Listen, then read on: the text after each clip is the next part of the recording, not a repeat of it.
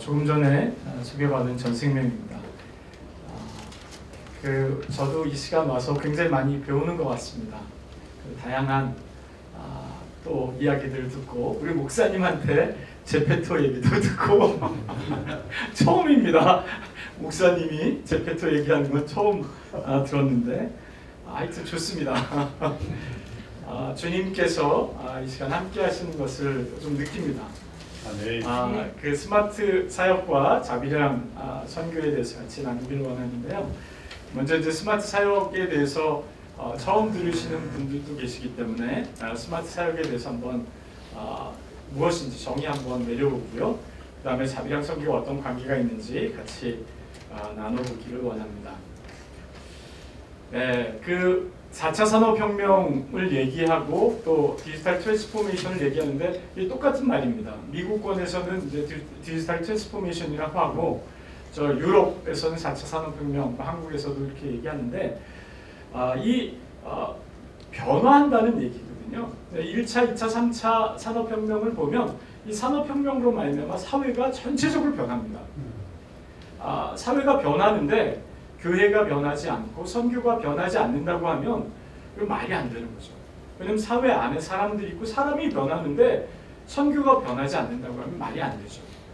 그렇기 때문에 이 스마트 사역이라고 이제 얘기할 때는 이제 디지털 트랜스포메이션, 4차 산업혁명을 통해서 사역이 유연성을 갖고 속도를 갖고 효율성을 갖고 혁신성을 갖게 되는 것입니다. 이걸 높이는 것이 이제 스마트 사역이다. 이렇게 저희는 정의를 하고요. 그래서 이제 이 사역의 패러다임이 바뀌게 되면 그전에는 불가능하게 보였던 것이 패러다임이 바뀌면 너무 쉽게 보이는 거거든요. 그러니까 똑같은 환경을 어떤 분들은 굉장히 어렵게 보고 또 어떤 분들은 야 이거 밥이다 이렇게 보는 거예요. 왜 이렇게 차이가 나나? 패러다임이 다르기 때문이라는 겁니다. 그래서 이제 새로운 시대의 새로운 사역들을 우리가 펼쳐나가야 되는데 선교에 대해서도 개념이 굉장히 많이 바뀌어가고 있잖아요. 그러니까 스마트 사역을 하게 되면 지금 여기서 바로 사역할 수 있다. 그냥 스마트폰만 있으면 바로 선교가 될 수 있다. 라는 개념이라는 거예요. 그래서 이제 스마트폰으로 전 세계가 연결되어 있습니다. 그리고 그 연결은 계속 강화될 거고요. 속도도 강화될 거고요. 뿐만 아니라 리얼리티도 강화될 것입니다. 그래서 지금은 먼저 유튜브를 통해서 영상을 보거나 줌을 통해서 상호작용을 하지만 그 사람이 튀어나올 수 있는 거죠. 그죠? 홀로그램으로 사람이 튀어나올 수 있죠. 그리고 가상세계로 우리가 들어갈 수 있죠. 들어가고 나오는 것이 이제 자유롭게 되는 그런 시대가 올 거라는 것입니다. 그럼 우리는 어떻게 선교할 것인가? 이런 좀 생각들을 좀 같이 나눠보기를 원합니다. 예를 한번 좀 들어보면요. 아디다스 이게 지금 뭐 5년, 6년 된 이야기입니다. 아디다스가 스피드 팩토리라고 해서 원래 중국이랑 베트남에 주로 공장이 있었는데 이 공장이 독일로 갔습니다. 왜 공장이 중국이랑 베트남에 있나요? 인건비가 싸니까. 그렇죠? 그런데 어떻게 독일로 갔을까요? IT와 연결하면서 그 사람이 신발을 만들어내는 것이 아니라 기계가 로봇이 신발을 만드는 겁니다.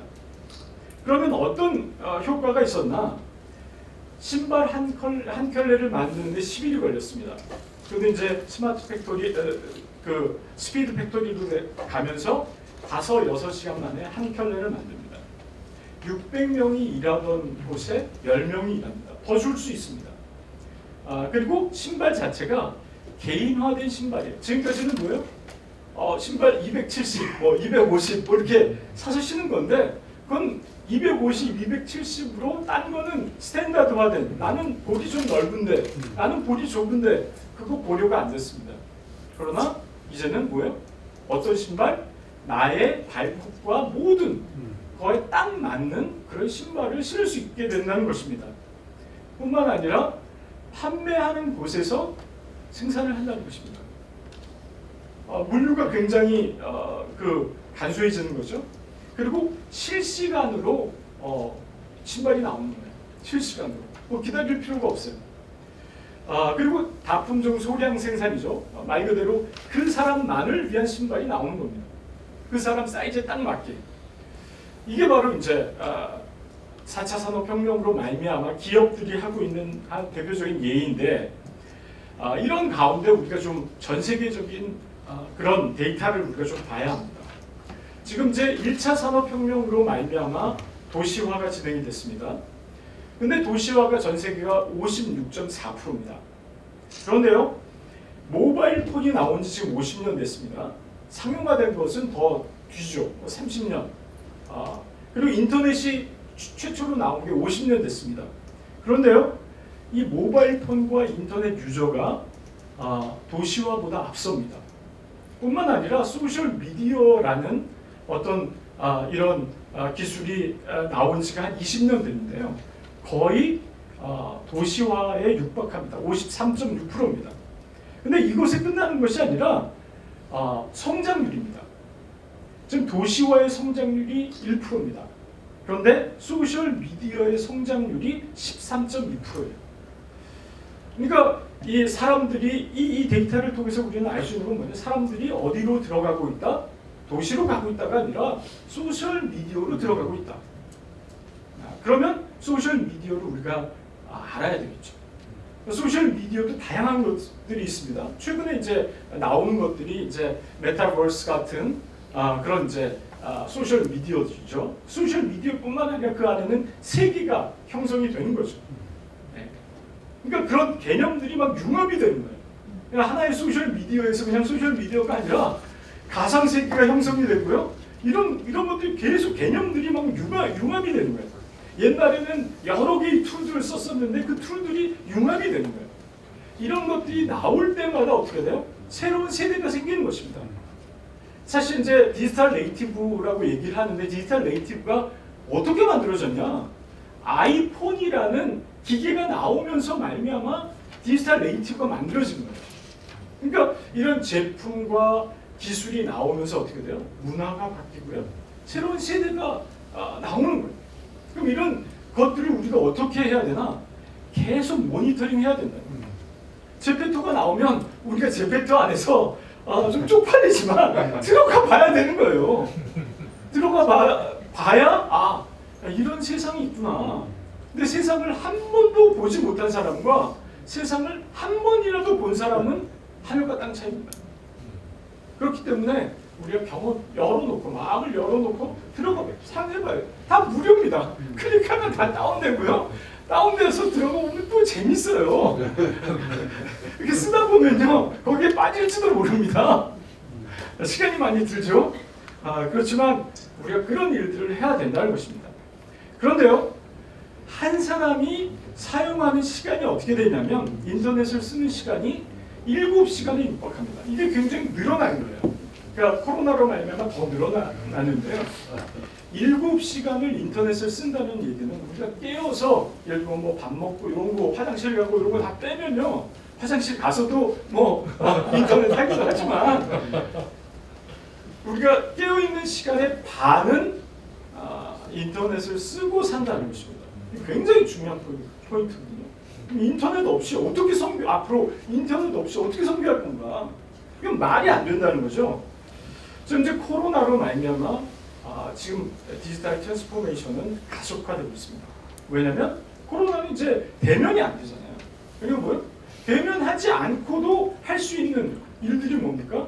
이 디지털 트랜스포메이션으로 말미암아 만들어진 사회와 세상이라는 겁니다. 지금 이제 조사에 의하면 왜 그러면 디지털을 쓰냐? 첫 번째 이유는 뭐냐면 디지털 쓴다는 사람이 더 쓰게 됐다는 사람이 83%입니다. 그리고 이제 왜 쓰냐? 첫 번째 이유가 뭐냐면 어린아이들의 교육입니다. 전 세계적인 데이터인데 한국 데이터가 아닙니다. 어린아이의 교육을 위해서 그 인터넷과 소셜 미디어를 쓴다는 거고요. 두 번째로는 뭐냐면 사람을 만나기 위해서라는 거예요. 사람은 사람을 만나기를 원합니다. 사람 만나기 위해서 어디로 들어와요? 소셜 미디어로, 인터넷으로 들어온다는 것입니다. 그리고 이게 늘어난 겁니다. 코비드로 말미암아 늘어난 사용 시간이 이렇게 늘어났다는 겁니다. 그러면 이제 스마트 사역에 대해서 이제 다시 한번 이야기를 좀 해보면 이제 뉴노멀이란 말을 얘기를 하는데 뉴노멀이란 말 우리가 쉽게 얘기하는데요. 굉장히 파격적인 말입니다. 뉴노멀, 새로운 표준. 그럼 새로운 표준은 뭐냐? 옛날 표준은 표준이 아니라는 거예요. 예를 들면 2022학년도 서울대를 뽑는데 공부 못하는 애들부터 뽑는다. 놀라지 않으시네요. 만약 그렇게 선포된다고 하면 그게 뉴노멀이에요. 새로운 기준. 충격적인 거거든요. 그런데 새로운 뉴노멀로 가는 게 그 가운데 어떤 일이 있냐면 옛날의 표준에 살던 사람이 새로운 표준으로 가려고 하다 보면 굉장한 혼동이 있습니다. 혼동과 혼동이 같이 있어요. 네? 무질서하게 느껴집니다.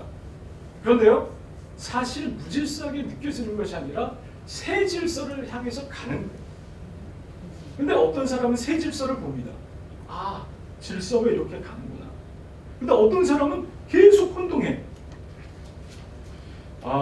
이런 변화 속에서 하나님의 기회, 저는 확신하건대 이 모든 변화는 하나님이 일으키신다고 저는 확신합니다. 하나님이 일으키시는 이 변화를 하나님의 자녀들이 제대로 파악하지 못한다고 하면 이게 무슨 일입니까? 말도 안 되잖아요. 그래서 이런 가운데 우리가 이제 새로운 것들을 봐야 되는데 이 스마트 사역은 다른 사역과 경쟁이 있는 사역이 아닙니다. 모든 사역을 섬기는 사역입니다. 여러분 잘 아시겠지만 모든 기업이 IT 부서가 있어요. IT 부서는요, 겉으로 드러나지 않습니다. 뒤에 있어요. 숨어 있어요. 이 IT로 하는지 뭘 하는지 몰라요. 뒤에서 일들을 다 합니다. 근데 일하는 건 IT가 다 일을 해요. 이렇게 섬기는 사역이 사실 이제 IT 사역, 이런 이제 스마트 사역들이거든요. 그래서 이제 저희를 마음껏 사용해 주시기 바랍니다. 지금 이제 코로나로 말미암아 BC와 AD를 나누잖아요. Before Corona, After Disease 이렇게 나누는데 예수님이 오신 것처럼 코로나가 왔어요, 그죠? 네? 과연 앞으로 어떤 사회가 될 것인가? 스마트 사역을 제가 이렇게 한번 그림을 그려봤어요. 기존에 다양한 사역들이 있습니다. 청년 사역, 자비령 선교, 교육, 비즈니스, 현장 사역, 이주민 사역. 근데 스마트를 딱 끼우면 어떤 일이 생기냐면 말할 수 없는 사역의 확대가 일어납니다.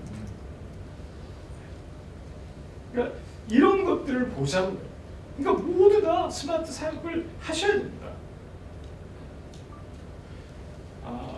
우리 이제 4차 산업혁명을 얘기할 때 어떻게 얘기하냐면 기존의 의료 산업이 없어지는 게 아닙니다. 건축 산업이 없어지는 게 아니에요.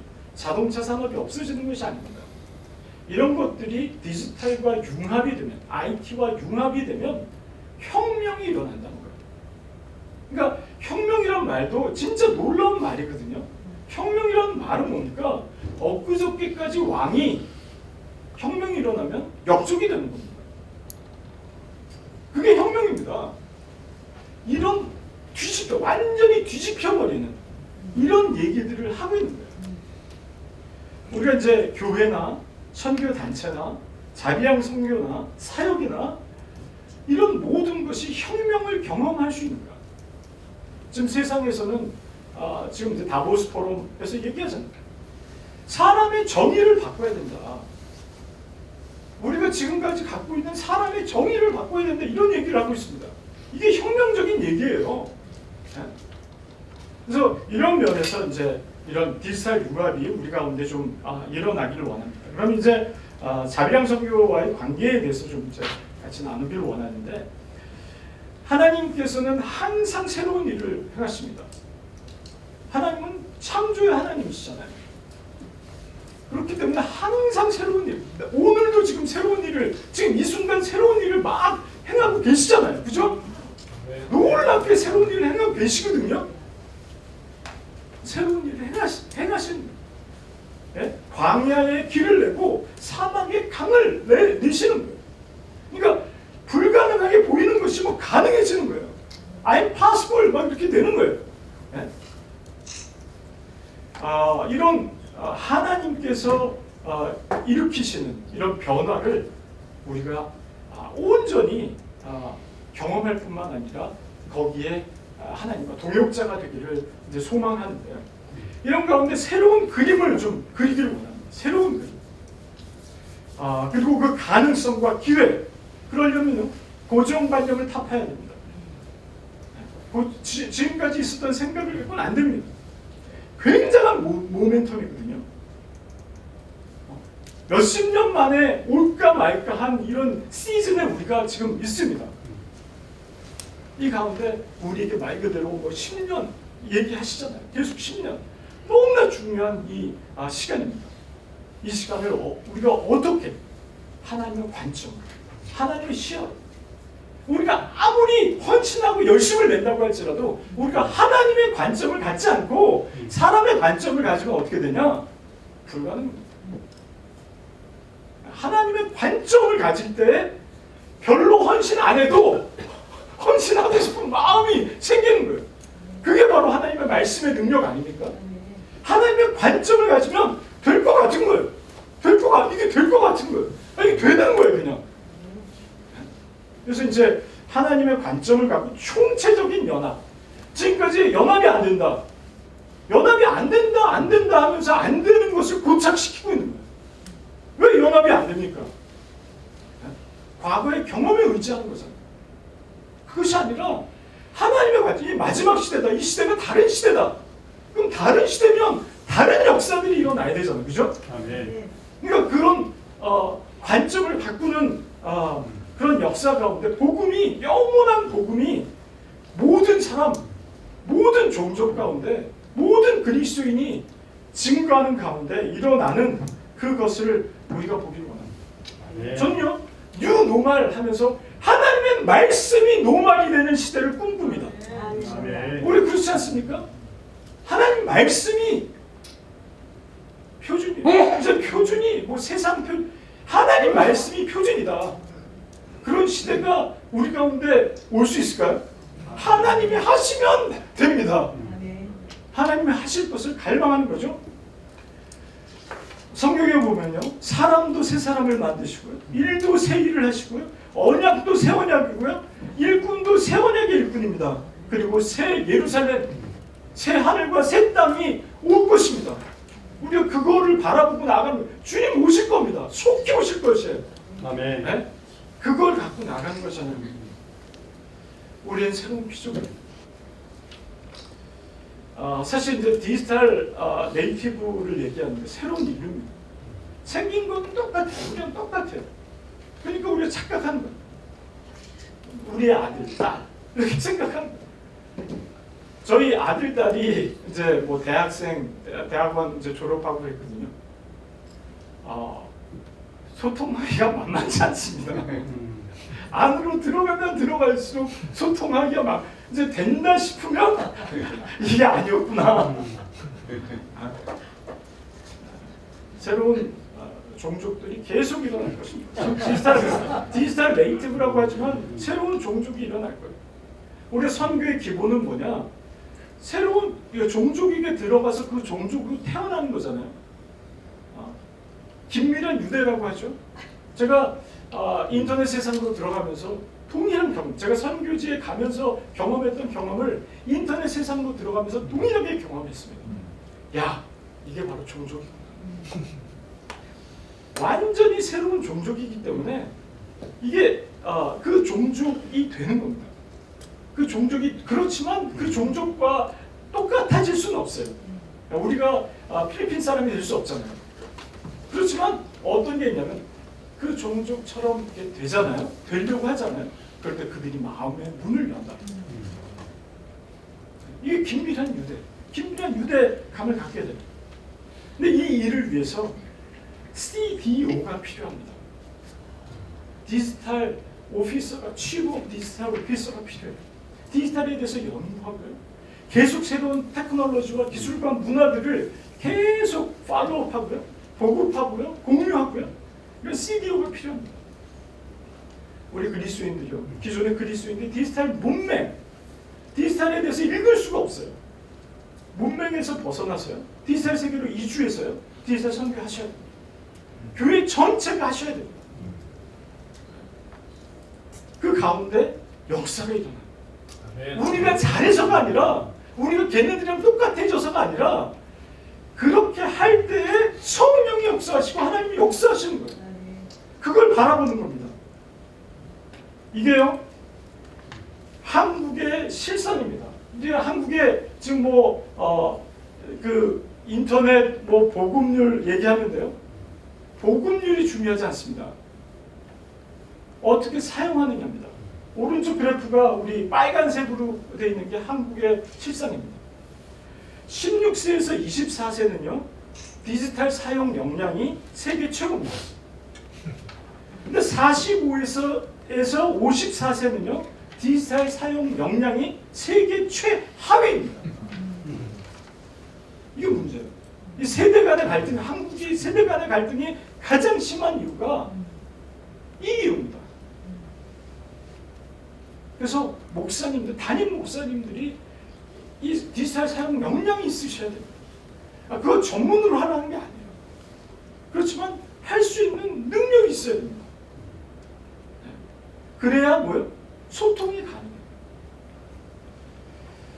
가능해요. 지금 이제 디지털 트랜스포메이션이란 큰 말 안에 보통 이제 지금 더 세분화돼서 나뉘어질 수도 있어요. 그런데 5가지로 이제 한번 제가 정리를 좀 해봤는데, 첫 번째는 사역이 재창조되는 것입니다.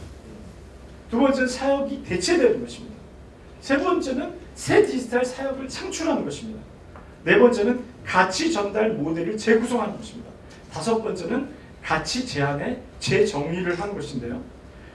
첫 번째 좀 보면 뭐냐면 사역의 재창조는 인프라를 재형성하는 것입니다. 예를 들면 이제 지금 인터넷 선교하는 지저스.net 인터넷으로 복음을 전합니다. 지금 한 35개, 40개 단체가, 세계 단체가 연합해서 인터넷을 복음 전하는데 한 지금 9년 만에 1억 5천만 명 정도에게 복음을 전해서 예수님을 영접한 사람이 2천만 명 정도 됩니다. 이렇게 인터넷을 통해서 복음을 전하는 거죠. 그런데 이게 복음을 전하는 걸 인터넷 띄워놓고 복음을 전한다고 끝나는 게 아닙니다. 영접한다고 끝나는 게 아니잖아요. 영접한 다음에 교회로 연결돼야 되잖아요. 근데 이 코치가 붙습니다. 이 코치는 온라인상에서 코칭을 합니다. 그래서 5회 정도의 성경 공부를 하고 그 다음에 그 상담을 합니다. 계속 질문하고 응답하고 이런 걸 해요. 그 다음에 이제 원하는 사람을 현지 교회로 연결하는 그런 사역을 하는데, 이 코치 사역자가 자병 선교사, 자병 사역자가 되는 거죠. 네? 이런 생각들을 좀 해야 된다는 겁니다. 두 번째, 이제 두 번째 요건 서비스의 대체입니다. 예를 들면 이제 지금 핵심 서비스, 핵심 사역을 디지털화하면서 대체를 하는 겁니다. 예를 들면 이제 김선희 선교사님이 지금 터키에서 신문 광고를 통해서 뭘 했어요? 그 성경을 배포하는 사역을 했습니다. 근데 신문 광고를 통해서 성경을 배포하는 것보다 페이스북을 통해서 성경을 배포하는 게 더 좋겠다. 해서 두아일레 바슬라라는 그런 페이스북 페이지를 만들고요. 이 페북을 갖고 선교를 합니다. 뭡니까? 핵심 사역이 대체된 것이죠. 이런 이제 서비스를 대체하는 그런 형태가 있죠. 페북 사역자가 뭐요? 자비랑 선교, 자비랑 사역자가 되는 거예요. 그렇게 세우는 겁니다. 그렇게 세워야 되지 않겠습니까? 페이스북을 갖고 한 사람들이 사역자입니다. 세 번째, 새 디지털 사역을 창출하는 것입니다. 이건 뭐냐면 기존 사역을 유지하고 플러스 알파를 하는 것입니다. 예를 들면 최근에 퐁당 OTT가 오픈됐어요.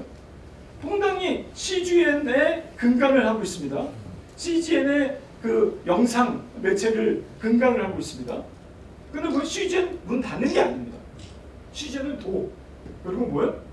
퐁당 OTT를 새로 만드는 것입니다. 그래서 같이 유기적으로 하는 거죠. 퐁당 사역자를 차비형 사역자로 세우는 겁니다. 네. 네 번째, 가치 전달 모델을 재구성하는 것입니다. 이거는 이제 예를 들면 사역이나 서비스나 데이터 등을 디지털로 재결합해서 가치 사슬을 재정립하는 유형인데요. 예를 들면 아울리치를 갔었죠. 그런데 랜선 아울리치를 갑니다. 랜선 아울리치요? 파워풀합니다. 랜선으로 무슨 아울리치? 그렇지 않습니다. 랜선으로 아울리치라면요, 현지어로 소통이 가능합니다. 구글 트랜스레이터 여기다 딱 두고요, 랜선으로 가서요, 한국말로 하면요, 터키어로 번역돼서 갑니다. 거기서 터키 말로 하죠. 구글 트랜스레이터 거쳐서요, 한국말로 합니다. 아울리치에서 가장 중요한 건 뭐냐? 영혼과의 컨택입니다. 그렇잖아요. 내가 만난 영혼이 예수님을 영접했다. 그러면요, 그 종족에 대한 마음이 그냥 확 생겨버려요. 제가 그래서 선교사로 헌신한 사람입니다. 네? 이게 가능하다는 거예요. 랜선 아울리치, 열방 기도회를 랜선 열방 기도회를 하면요, 예전에는 선교사님의 기도 제목을 나눠줬는데요, 그럴 필요가 없어요. 선교사님이 나와서 선교사님이 기도 제목을 나눠주는 거예요. 네? 이런 이제 랜선 선교사들을 이제 맞는 말인데, 랜선 선교사들이 차비형 선교사가 될 수 있는 겁니다. 그러면요, 랜선 아울리치를 가면요, 1년 연중 365일 계속 아울리치 갈 수 있어요. 언제나 어디서나 아울리치 계속 갈 수 있는 거예요. 왜 1년에 2번, 여름방학, 겨울방학만 아울리치 가야 합니까? 그거는 일주일 가고 10일 가야 되니까. 근데 랜선 아울리치는요, 하루를 쪼개서 예를 들면 저녁 시간에만 쭉 갈 수 있어요. 아울리치. 그럼 직장 다니면서 랜선 아울리치 갈 수 있습니다. 다섯 번째 모델은 가치 제한의 재정입니다. 기존 사역을 그대로 유지한 채 새로운 사용자 경험을 제시하는 것입니다. 예를 들면 라이프 더 처치가 온오프라인 예배를 드립니다. 네. 오프라인 예배를 드려요. 그런데 온라인 예배도 같이 드립니다. 근데 온라인 예배를 하면요, 그냥 온라인으로 유튜브로 보고 유튜브로 댓글 달고 이 정도가 아닙니다. 시스템을 셋업해갖고요, 예배를 드리다가 성도들이, 성도가 아니죠, 믿지 않는 사람들이 참여해갖고 목사님 설교에 불만이 있어. 그럼 채팅을 합니다. 그럼 뭐야? 사역자들이 붙어갖고요, 그 부분에 대해서 교제를 하는 거예요. 그럼 뭐야? 뭘 이해했었던 부분들을 이해하게 되고요. 그리고 대화를 하다 보면 이게 이해가 되잖아요. 이런 식으로 이제 온라인 예배를 드리면서 오프라인 예배, 예를 들면 오프라인 예배를 드리는데 목사님 저 질문 있어요. 이게 가능합니까? 가능하지 않죠. 그러나 온라인 예배가 가능하다는 것입니다.